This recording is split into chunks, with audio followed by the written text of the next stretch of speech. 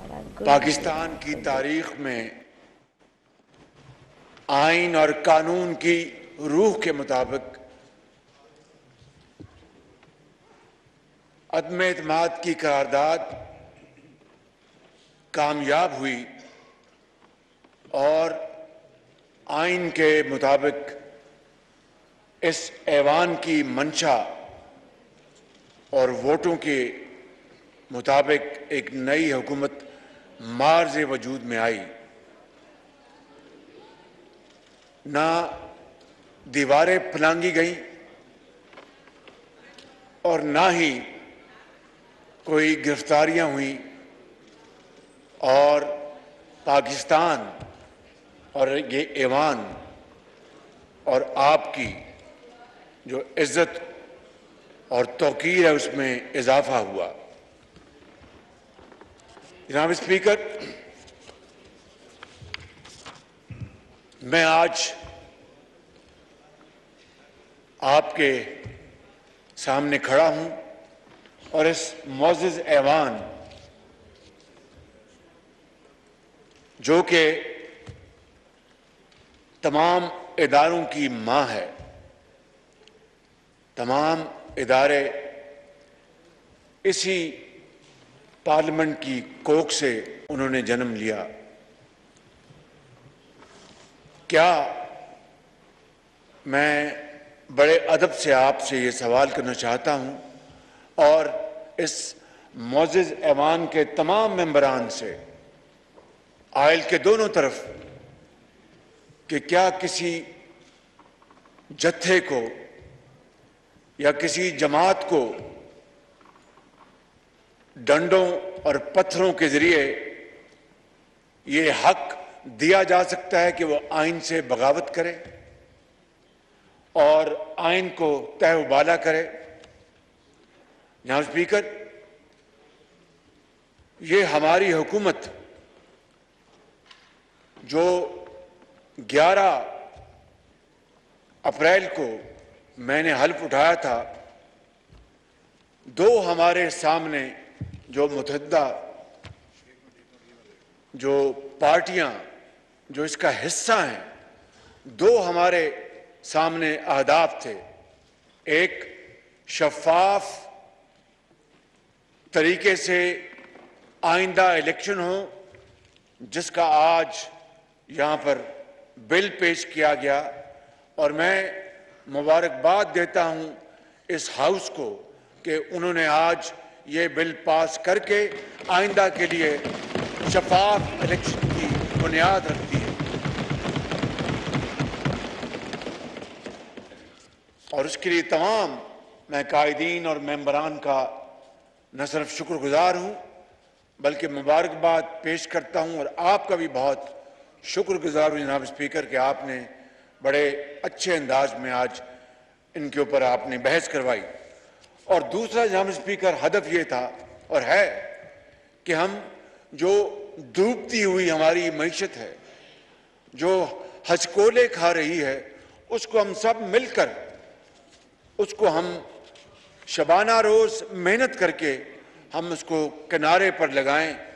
ये काम एक इंतहाई मुश्किल काम है, जान जोखों का काम है, लेकिन जनाब स्पीकर दुनिया की तारीख, असर हाजिर की तारीख इस बात की गवाह है, पुकार पुकार कर हमें बताती है कि जब हालात बहुत मुश्किल हों और बहुत बड़े चैलेंजेस हों तो फिर उतनी कुव्वत और मेहनत से जब आप काम करते हैं तो फिर हालात का रुख बदल जाता है और हालात बहुत अच्छे बन जाते हैं। ये दुनिया की तारीख हमें बताती है, हमें कुरान करीम इसका सबक देता है, नबी करीम सल्लल्लाहु अलैहि वसल्लम की उसवा हसना, उससे हमें ये सबक मिलता है जी। तो मैं समझता हूं जनाब स्पीकर कि ये है वो दो अहदाफ जिसके लिए मैं और ये हमारी मोअज़्ज़िज़ टीम के मेंबरान जिसके लिए दिन रात मेहनत कर रहे हैं। तो क्या जनाब स्पीकर, इन हालात में जब पिछली हुकूमत ने मईशत का बेड़ा गर्क कर दिया, और आज जब हम उसको ठीक करने के लिए मेहनत कर रहे हैं, उसका फल तो अल्लाह ताला ने देना है, तो क्या फिर किसी फितना और फसाद और अनारकी की गुंजाइश है? क्या फिर दोबारा धरनों की गुंजाइश है? मैं आपको 2014 में लिए चलता हूं जनाब स्पीकर, इस मौजूद ऐवान को, कि जब यहां पर डी चौक में धरने हो रहे थे और जनाब स्पीकर सुप्रीम कोर्ट के दीवारों पर मैले कपड़े वहां पर रखे गए थे, और जनाब स्पीकर कब्रें खोदी गई थी, कब्रें खोदी गई थी, और इमरान नियाजी गला फाड़ फाड़ कर कह रहे थे कि जाओ उस वक्त के वजीर आजम का गला पकड़ के लाओ और उनको यहां पर लेके आओ। और जनाब स्पीकर रात के अंधेरे में डंडे और सोटों से चल पड़े और कहा कि पार्लियामान पे हमला कर दिया, और पाकिस्तान टेलीविजन पर हमला कर दिया। जनाब स्पीकर, वो दिलखराश मनाजर आज भी हमारी आंखों के सामने है। मैं आपकी खिदमत में ये अर्ज करना चाहता हूं कि उसके नतीजे में क्या हुआ। चीन के सदर हमारे पाकिस्तान के बेहतरीन दोस्तों में चीन हमारा दोस्त है, इसमें कोई दो राय नहीं। पेशावर से लेकर कराची तक पूरी कौम, 22 करोड़ अवाम इस बात को जानते हैं कि पाकिस्तान के बेहतरीन दोस्तों में चीन शुमार होता है। हमारे दूसरे इस्लामी ममालिक भी हमारे दोस्त हैं। तो चीन के सदर तशरीफ ला रहे थे, और चीनी सफीर जो उस वक्त यहां पर थे, उन्होंने उनको पैगाम भिजवाया कि मेरे सदर आ रहे हैं और आपके दोस्त आ रहे हैं, आप मेहरबानी करके ये खाली कर दे जगह। इमरान नियाजी ने साफ इनकार कर दिया। हट धर्मी जिद, क्या खाली वो हट धर्मी और जिद थी? नहीं, वो साजिश थी पाकिस्तान की तरक्की और खुशहाली के खिलाफ, गरीब आदमी के खिलाफ, एक बेवा के खिलाफ, बिजली के जो अंधेरे थे उनको खत्म करने के खिलाफ, खुशहाली और तरक्की के खिलाफ। वो एक साजिश थी जनाब स्पीकर, और इस तरह वो दौरा मुअख्खर हो गया। और फिर 7 महीने के बाद वो दोबारा तशरीफ लाए अप्रैल 2015 में, और जो मुआहदे सितंबर 2014 में जिनके ऊपर दस्तखत होने थे वो 7 महीने मुअख्खर हो गए। इसलिए कल जब मैं कोरोट में था, जो 720 मेगावाट का पन बिजली का मंसूबा है, आपसे बेहतर कौन जानता है, आप खुद इसके मिनिस्टर रहे हैं और वजीर आजम भी रहे हैं, तो कल वहां पर मैंने ये कहा कि अगर ये मंसूबा ये 2014 में ये दस्तखत हो जाते चीनी सदर और वजीर आजम नवाज शरीफ के दरमियान, तो ये मंसूबा 1 साल पहले मुकम्मल हो जाता और 700 मेगावाट बिजली इस कौम को मिलती, सस्ती बिजली। लेकिन उसके बावजूद मैं समझता हूं कि कल चीनी कंपनी के चेयरमैन ने मेरी दरखास्त पर यह कहा, मैंने कहा कि जब तक सीओडी, आप जानते हैं कि सीओडी के क्या मानी है कि कमर्शियली ऑपरेटेड डेट, तब तक जब तक ये बिजली की तरसील आप देंगे, आप वो जो भी नर्ख हैं आप ना लें, हमें ये बिजली आप उस वक्त तक मुफ्त दें। जनाब स्पीकर, कल उन्होंने वादा कर लिया और 4 अरब रुपए इस कौमी खजाने में, वजीर खजाना यहाँ पर मौजूद हैं जिनको खाली खजाना मिला है। 4 अरब रुपए का फायदा पाकिस्तान को हुआ। और 4 अरब रुपए का क्या मतलब है? इसका मतलब यह है कि आप 4 अरब रुपए का कोई कैंसर का अस्पताल बना लें, कोई 4 यूनिवर्सिटियां बना लें, या फिर बलूचिस्तान के दूर अफ्तादा इलाकों में आप वहां पर सोलर का कोई प्लांट लगा लें, या फिर आप गरीब और मोहताजों के लिए आप उनकी दवाई और इलाज का इंतजाम करा लें। जनाब स्पीकर, ये कौम इस वक्त बहुत दुखी कौम है। इस कौम के जिस्म पर बहुत गहरे जख्म लग चुके हैं। पिछले 3.5 सालों में, पौने 4 सालों में गाली गलोच के अलावा कुछ नहीं हुआ। मैं नाम नहीं लेना चाहता।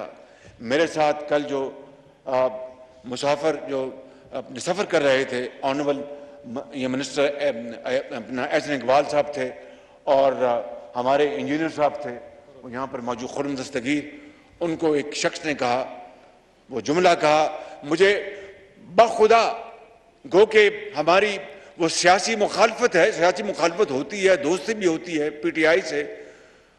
उसने कहा कि उस दौर में बहुत वक्त ज़ाया हुआ। मेरा दिल पसीज गया, एक बतौर पाकिस्तानी के मुझे बेपना शर्म आई कि क्या आज हमें यह भी ताना सुनना पड़ रहा है ऐसे लोगों से जो कि पाकिस्तान के मुरब्बी और पाकिस्तान के दोस्त हैं।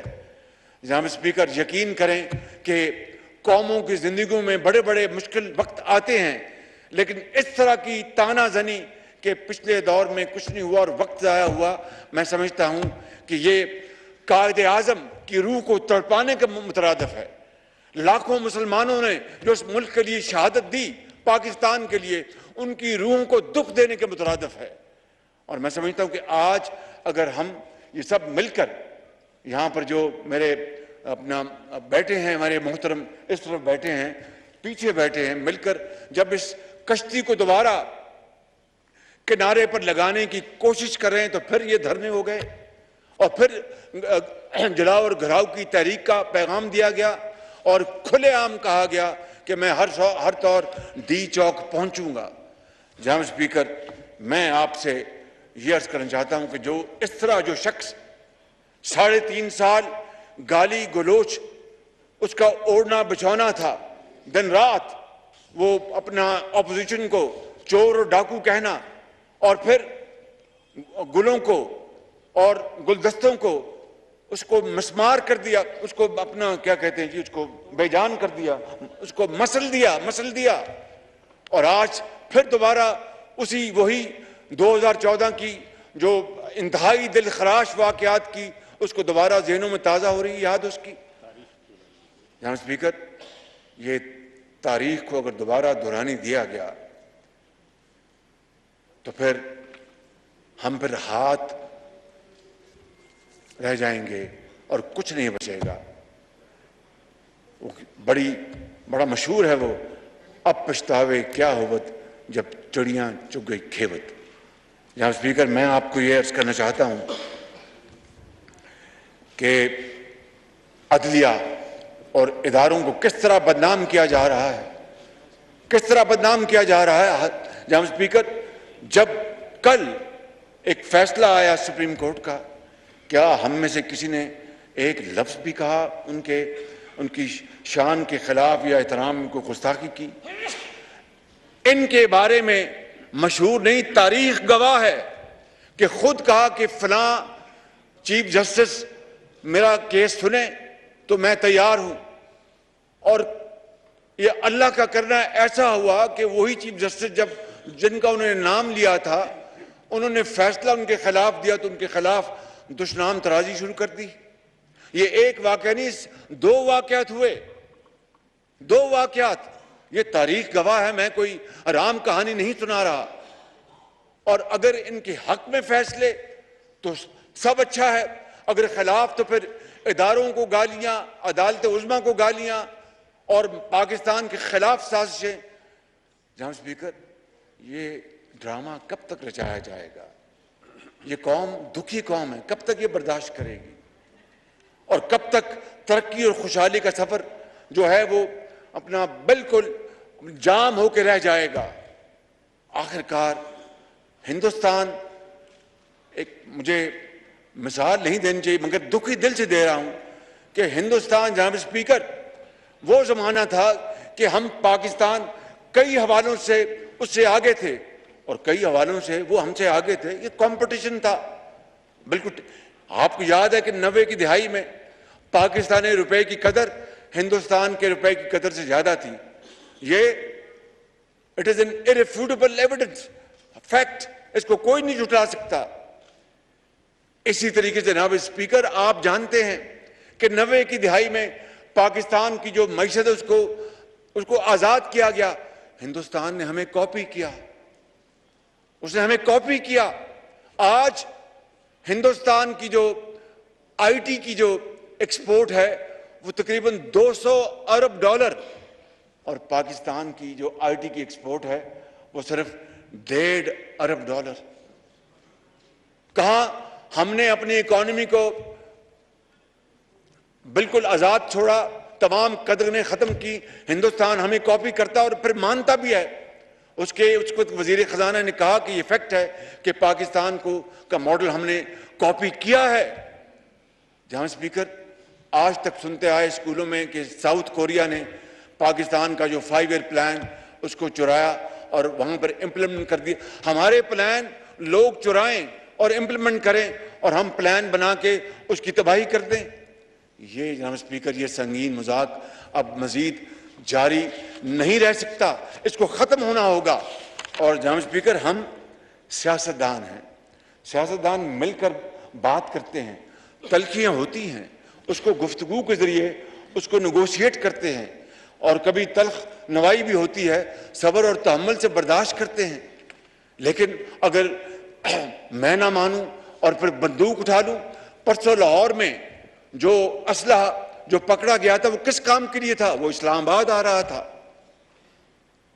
और एक सिपाही जो फर्ज की अदायगी में उसने जामे शहादत नोश किया। जनाब स्पीकर, उसके बारे में पीटीआई के सरदार ने क्या कहा? अभी स्पीकर, देखती आंख ने और सुनते कानों ने कभी इस तरह का मंजर नहीं देखा कि एक शख्स in the line of duty वो शहादत कबूल करे, उसके सीने पे गोली लगे और उसके ऊपर तंज की जाए। जनाब स्पीकर, ये आज तक कभी देखा कि इसकी वजह क्या है? कि ये माशरे में जो जहर घोला गया है, जो माशरे को तकसीम दर तकसीम किया गया है, और उसको जिस तरह खुली छूट मिली वो हर तरफ जाकर उसने तबाही मचा दी। तो आज अगर हम, ये लोग इस मुल्क के अजीम बाशिंदे हैं, ये बहनें हैं, ये बुजुर्ग बैठे हैं, नौजवान बैठे हैं, इस तरफ बैठे हैं, पीछे बैठे हैं, ये अगर उन्होंने एक कमर बांध ली है कि हमने ये काम करना है और मेहनत करनी है और ये हालत बदलनी है। अल्लाह ताला का भी हुक्म है कि जब तक तुम अपनी हालत खुद नहीं बदलते, मैं उस कौम की हालत नहीं बदलता।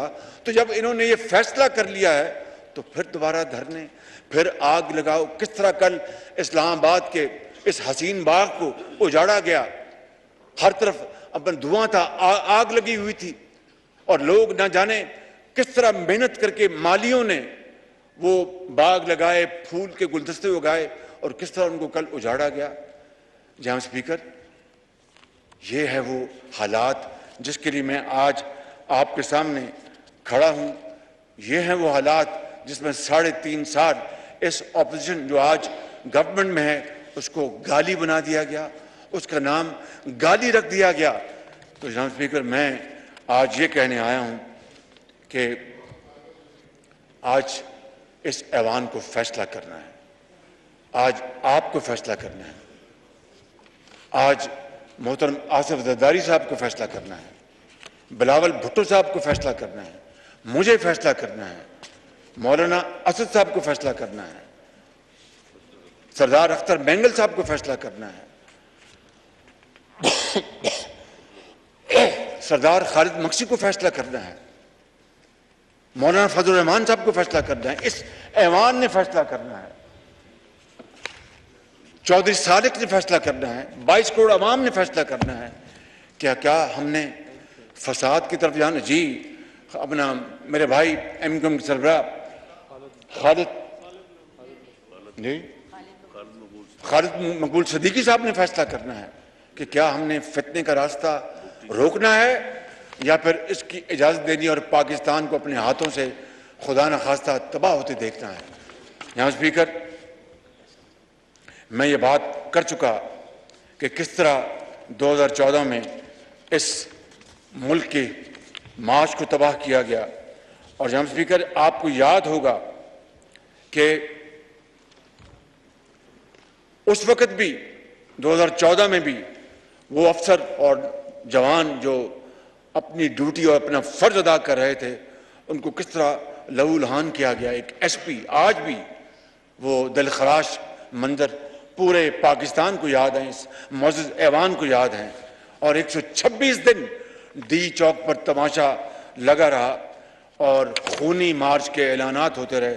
जहां स्पीकर, आज फिर उसी खूनी मार्च का इरादा किया गया और जिस तरह जत्थे यहां पर इस्लामाबाद लाए गए, मैं समझता हूं कि इसकी कतन इजाजत नहीं होनी चाहिए थी। ऑनरेबल इंटीरियर मिनिस्टर ने यह बात तय थी, मैंने ये कहा था कि कोई लाइव एमुनिशन लेके नहीं आएगा, पुलिस का एहलकार हो या कोई और हो, कोई लाइव एमुनिशन नहीं लेके आएगा।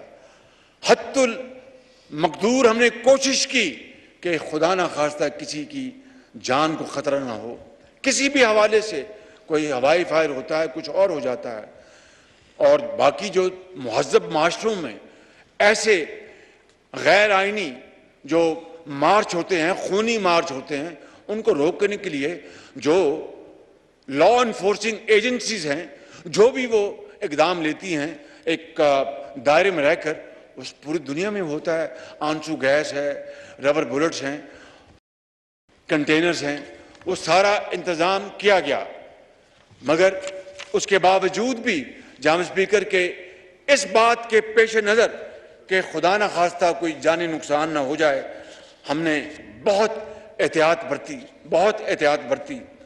मगर जिस तरह वहाँ से ऐलानात हुए और अटक से ये जत्था आया और वहाँ पर केपी पुलिस के साथ, वज़ीर आला के साथ, जनाब स्पीकर, कभी दुनिया की तारीख में हुआ कि एक सूबा वफाक पर हमला करते? कभी आज तक हुआ? और मसल्ला जत्थे हों और भरपूर वहां पर नारे लगाए जा रहे हों। जहां स्पीकर, एक सूबे की हुकूमत के सरबराह और उनकी पूरी मावनत से वफाक के ऊपर कल हमला किया गया। जहां स्पीकर, ये बात किसी मुहज़्ज़ब माशरे में इसकी इजाजत नहीं दी जा सकती। और बिलियन ट्री के झूठे नारे लगाने वालों ने किस तरह कल दरख्तों को यहां पर जड़ों से काटा, पौधों को काटा, उनको मसल दिया गया। जी आग लगाई, जलाया, बिल्कुल ठीक कहा आपने। तो ये है वो सवाल जनाब स्पीकर, जिस तरफ न सिर्फ मैं आपकी तवज्जो दिलाना चाहता हूं बड़े अदब से, बल्कि आज इस मुअज़्ज़ज़ पार्लियामेंट को इसका जवाब देना है कि क्या हमने तखरीब की तरफ जाना है या तामीर की तरफ जाना है, पाकिस्तान को बनाना है या खुदा न खास्ता पाकिस्तान को बिगाड़ना है, बेवा और यतीमों के सरों पर दस्ते शफ़क़त रखना है या फिर उनको अल्लाह के सहारे और अवाम के जो अंधे थपेड़े हैं जो इस दुनिया के, उनके हवाले करना है। अल्लाह ताला तो हर एक का मालिक है, लेकिन उसी का हुक्म है कि दानिश से काम लो, हिकमत से काम लो, अकल से काम लो। ये तो फैसला हमने करना है कि मस्जिद की तरफ जाना है या जिस तरह मौलाना साहब आज फरमा रहे थे, या फिर एक खुदा न खास्ता क्या खाने में जाना है। ये तो फैसला हमारी अकल और दानिश ने करना है। तो क्या हमने तबाही का रास्ता इख्तियार करना है या हमने पाकिस्तान को बनाने का रास्ता इख्तियार करना है। जनाब स्पीकर, मैं इस मौके के ऊपर इस्लामाबाद की पुलिस,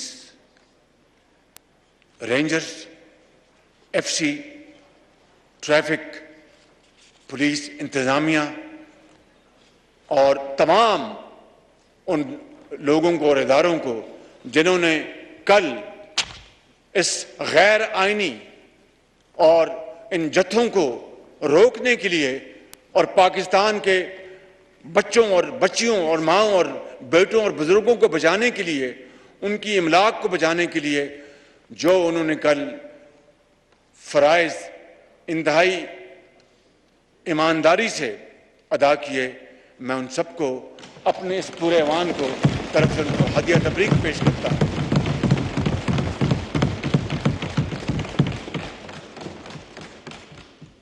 और लाहौर में वो शहीद सिपाही,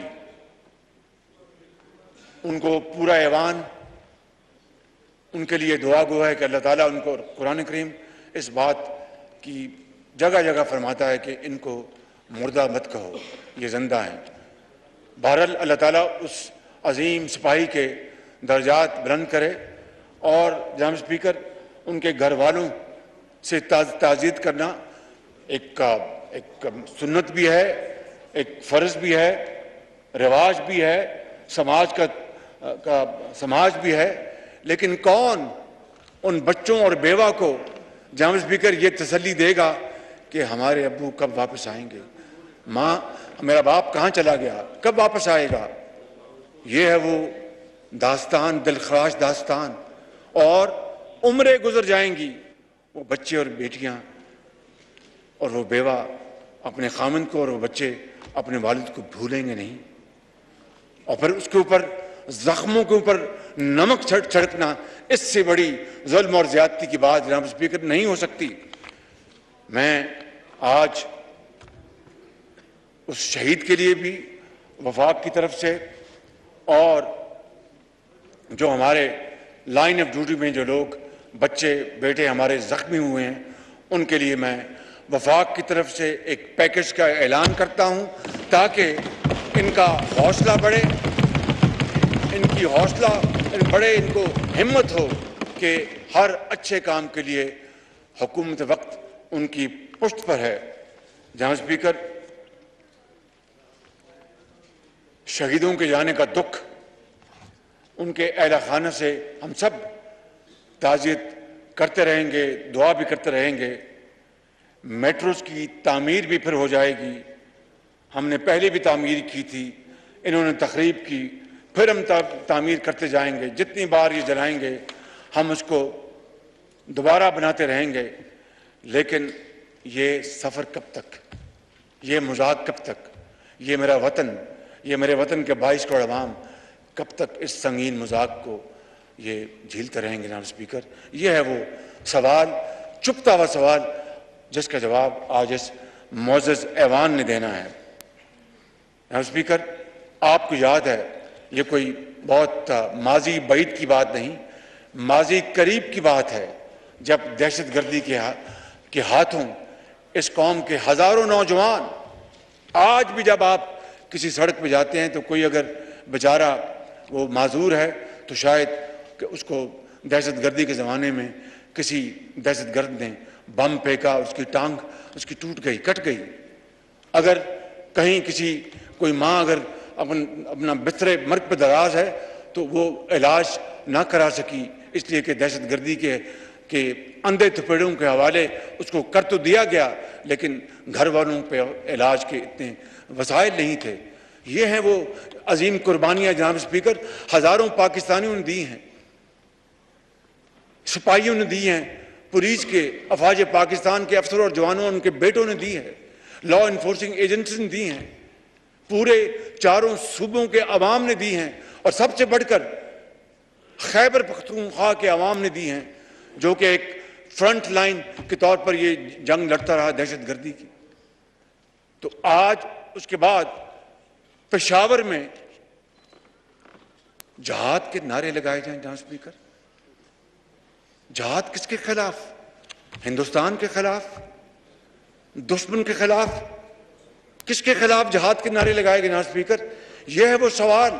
अगर इसका जवाब इस कौम को ना मिला और इस ऐवान ने ना दिया तो फिर खुदा न खास्ता हमारी जो डायरेक्शन जो है हमेशा के लिए तब्दील हो सकती है। जब स्पीकर, ये वहां पर पेशावर में जहाद के नारे लगाए गए और मजहब को जाती मकसद के लिए इस्तेमाल किया गया, इससे बड़ा कभी और कोई फेल हो नहीं सकता। इस फेल का जितनी शिद्दत से ये ऐवान उसकी मजम्मत करे जनाब स्पीकर, वो कम होगी। मैं चाहूंगा कि आज इस बात के खिलाफ और कल के वाकयात के खिलाफ ये ऐवान एक करारदाद मंजूर करे, इसकी भरपूर मजम्मत करे और आइंदा ऐसे वाकयात की रोकथाम के लिए कोई भी हुकूमत हो उसको पूरा इख्तियार दे कि वो अवाम की जान और माल की हिफाजत के लिए वो भरपूर आगे बढ़े।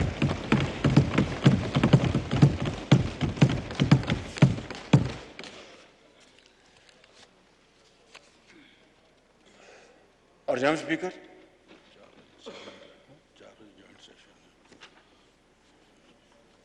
मैं वक्त की किल्लत को बिल्कुल समझता हूँ जनाब स्पीकर, जॉइंट सेशन भी है। मैं अपनी बात को मैं बहुत करीब ले आता हूँ ताकि जॉइंट सेशन के ऊपर ये इजलास जो है वो रुकावट ना बने। जनाब स्पीकर, मैं यहाँ पर मोहतरम अजीम मुजाहिद यासिन मलिक की भी बात करना चाहता हूँ। और देखिए, शूमी किस्मत, कल 25 तारीख को यहां पर गिराओ जलाओ की तहरीक हो रही थी और इमरान नियाजी हर चीज से बेपरवाह होकर कि किस तरह उसने अपने दौर के आखिरी दिनों में सब्सिडी ना होने के बावजूद, वसाइल ना होने के बावजूद तेल और पेट्रोल की कीमतें जो आज दुनिया भर में आसमानों से बातें कर रही हैं, उसकी कीमतें कम करके हमारे लिए एक बारूदी सुरंग बिछा गया ताकि जब ये आएंगे तो इनको अगर कीमतें बढ़ानी पड़ेंगी तो मैं 25 तारीख को इसका एक और मैं शोशा छोड़ूंगा कि देखो मैंने तो कीमतें कम की थी और इन्होंने बढ़ा दी।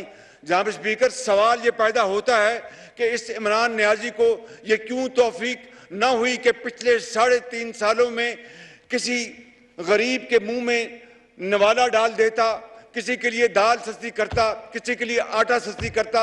इसने, मैं बिला खौफ तरदीद आपकी खिदमत में अर्ज करना चाहता हूं कि जहां पर अस्पतालों में पाकिस्तान में दवाइयां मुफ्त मिलती थी, इसने बंद कर दी।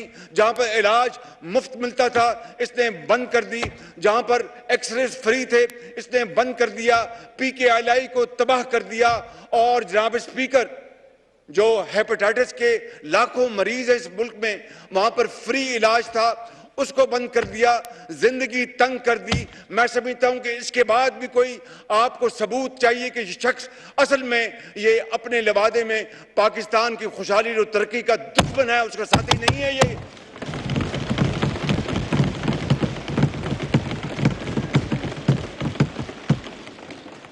यही वजह है कि जानते सब अगर एक अकल का अंधा भी जानता था कि 25 तारीख को यासिन मलिक की किस्मत का फैसला हिंदुस्तान के जो जाबर हैं, जालिम हैं, उन्होंने करना है, तो फिर अगर कश्मीरियों का इतना एहसास था और कश्मीर की वादियों में गिरने वाला खून, दिन रात गिरने वाला खून, उसका अगर इतना एहतराम था, तो कल फिर कम से कम इस दिन के हवाले से कोई और दिन चुन लेता। परवाह नहीं थी कश्मीरियों की, सब झूठ, कोई परवाह नहीं थी उनकी, उन शहीदियों की कोई परवाह नहीं थी, कोई परवाह नहीं थी, कोई एहसास नहीं। पत्थर दिल जो शख्स, और मैं ये हकायक पर मबनी बात कर रहा हूं जनाब स्पीकर, मुझे आदत नहीं है कि मैं एग्जेजरेट करूं या खुदा न खास्ता कोई ऐसी बात करूं जिसका मुझे शर्मसारी हो। इंसान है, गलती तो हम सबसे होती है। वो शख्स जो इनकी पार्टी के फाउंडर मेंबर थे, मैं आपको ये मिसाल इसलिए दे रहा हूं कि आप मेरी गुजारिश को करीब से समझ सकें। उनका नाम था हक साहब, क्या नाम था उनका? नईमुल हक। He was one of the founding member of this party. जनाब स्पीकर, उनका कराची में इंतकाल हो गया, ये उनके जनाजे पे नहीं गए। अगर वक्त नहीं था, मिला गाली गलोच के अलावा, क्योंकि दिन रात गाली गलोच करते थे, वक्त नहीं मिला था तो घर जाकर कहीं फातिहा कह लेते, ये वहां नहीं गए। जिस शख्स का ये आलम हो कि इतना पत्थर दिल हो कि परवाह तक ना हो एक ऐसे साथी की जिसने PTI की बुनियादें रखी उनके उसकी बुनियाद में सीमेंट डाला, गारा डाला, तो कश्मीरियों की किस तरह परवाह करेगा? अगर ये वाकई पीटीआई के लीडर था और पाकिस्तान की इज्जत वकार इसको बहुत अपना अहम था, तो फिर कल यासिन मलिक के हवाले से पिछले 5 दिन से ये शोर पूरी दुनिया में मच रहा था कि उसको नाजायज सजा दी जाएगी। इसने जानबूझ के ये दिन रखा कि मुझे क्या परवाह इन कश्मीरियों की, मैंने पाकिस्तान में आग लगानी है खुदा न खास्ता और जलाओ घराव करना है, कुछ हो जाए मैं इसे बाहर नहीं आऊंगा। ये है वो मेंटेलिटी, ये है वो एक इंतहाई कभी सोच, पस्त सोच, जिसने पाकिस्तान को आज तबाही के दहाने पर नहीं, खुदा न खास्ता बिल्कुल तबाही के दहाने लगा दिया है। लेकिन मैं समझता हूं कि जनाब स्पीकर, यासिन मलिक के हवाले से मैं बात कर रहा था कि वो एक अजीम माँ का एक अजीम बेटा है, और आज ये पूरा ऐवान, कल जो सजा दी गई नाजायज यासिन मलिक को, पूरा अवान एक आवाज़ के साथ उसकी भरपूर मजम्मत करता है। और रावलपिंडी में उनकी अहलिया और उनके बच्चों के साथ हमारे दिल धड़कते हैं, उनको यकीन दिलाते हैं कि जब तक हमारे जिस्म में सांस है, जान है, खून दौड़ रहा है, हम यासिन मलिक के लिए, कश्मीर की आज़ादी के लिए, कश्मीर की अक़वाम मुत्तहिदा के करारदादों के मुताबिक उनकी हक़ खुद इरादियत के लिए हम इंशाअल्लाह हमेशा पाकिस्तान का 22 करोड़ कुंबा उनके लिए साथ खड़ा होगा और शाना बशाना उनकी आवाज़ में आवाज़ बनाएगा। जनाब स्पीकर, मैं ख़त्म कर रहा हूँ। मुझे मालूम है कि आप मुझे इशारतन ये बात कर रहे हैं। जनाब स्पीकर, मैं आपको ये कहना चाहता हूँ कि इस वक्त मुल्क पाकिस्तान, कायद का पाकिस्तान यकीनन ख़तरात में मंडला रहा है। और अगर बात इलेक्शन की थी, जिस तरह मैंने कहा, तो फिर ये ऐवान में आते। जनाब स्पीकर, मैं ये बात वाज़े कर देना चाहता हूँ इस जत्थे के सरबराह को कि तुम्हारी डिक्टेशन नहीं चलेगी, ये हाउस खुद फैसला करेगा। हमें शफाफ इलेक्शन कराने हैं, कब कराने हैं ये ऐवान फैसला करेगा, ये ऐवान फैसला करेगा। और जब तक ये कोलिशन गवर्नमेंट चाहेगी, हम दिन रात मेरे मसाइल को हल करेंगे। इस हुकूमत की जो मियाद 1 साल 2 महीने है, इमरान खान नियाजी, किसी भूल में न रहना। हम बातचीत के दरवाजे खुले हैं। बातचीत करना ये सियासतदानों का सबसे आला ज़र्फ होता है, सबसे शानदार टूल होता है, हथियार होता है। बातचीत के लिए दरवाजे खुले हैं। मैं कमेटी बना सकता हूं, लेकिन अगर तुम्हारा ख्याल है कि तुम हमें मरूब कर लोगे, ब्लैकमेल कर लोगे, डिक्टेशन दोगे, तो अपने घर में दो, इस ऐवान को मत दो ये डिक्टेशन।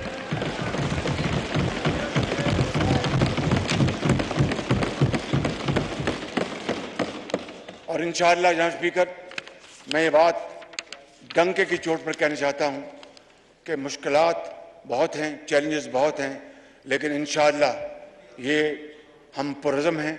खुदा ताला के फज़ल व करम से हम में हिम्मत है, जान है। हम जान लड़ा देंगे पाकिस्तान को अजीम बनाने के लिए। हम अपना खून पसीना बहाएंगे पाकिस्तान को एक अज़मत वाला मुल्क बनाने के लिए। हम हर चीज़ कर गुजरेंगे। हम इत्तेहाद और इत्तेफाक के साथ, मेहनत के साथ पाकिस्तान के 22 करोड़ अवाम को उनका खोया हुआ मुकाम दिलवाएंगे इंशाअल्लाह। और पाकिस्तान को हमेशा अल्लाह ताला सलामत रखेगा। तमन्ना आबरू की है अगर गुलजार हस्ती में, तो कांटों में उलझकर जिंदगी करने की खू कर ले।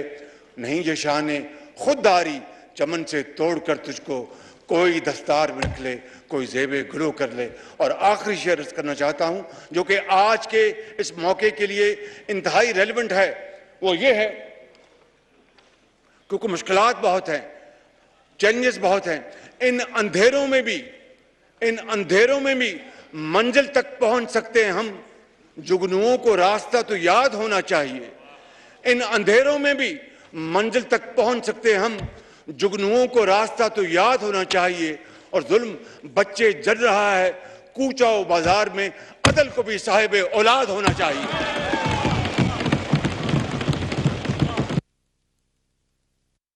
वज़ीर-ए-आज़म शहबाज शरीफ कौमी असम्बली में इजहार ख्याल कर रहे थे। उन्होंने कहा कि गरीब आवाम की ज़िंदगी तंग कर दी गई। अस्पतालों में अद्वियात मुफ्त मिला करती थी, जिसे गुज़िश्ता हुकूमत ने बंद कर दिया। इमरान खान ने पेट्रोल की कीमत कम करके हमारे लिए सुरंगें बिछाई। इनकी शहीदों लवाकिन की कोई परवाह नहीं है। लाहौर में पुलिस अहलकार पर गोली चला दी गई। वज़ीर-ए-आज़म शहबाज शरीफ तकरीर कर रहे थे और इजहार ख्याल के माबैन उनका कहना था कि अदलिया और इदारों को किस तरीके से बदनाम किया जा रहा है। खूबसूरत इस्लामाबाद में दरख्तों को जला दिया गया, क्या क्या नहीं किया गया। इत्तेहादियों ने फैसला करना है कि क्या ये ऐवान इस तरह के कामों की इजाज़त दे सकती है। उनका ये भी कहना था कि अदलिया हक में फैसला दे तो ये खुश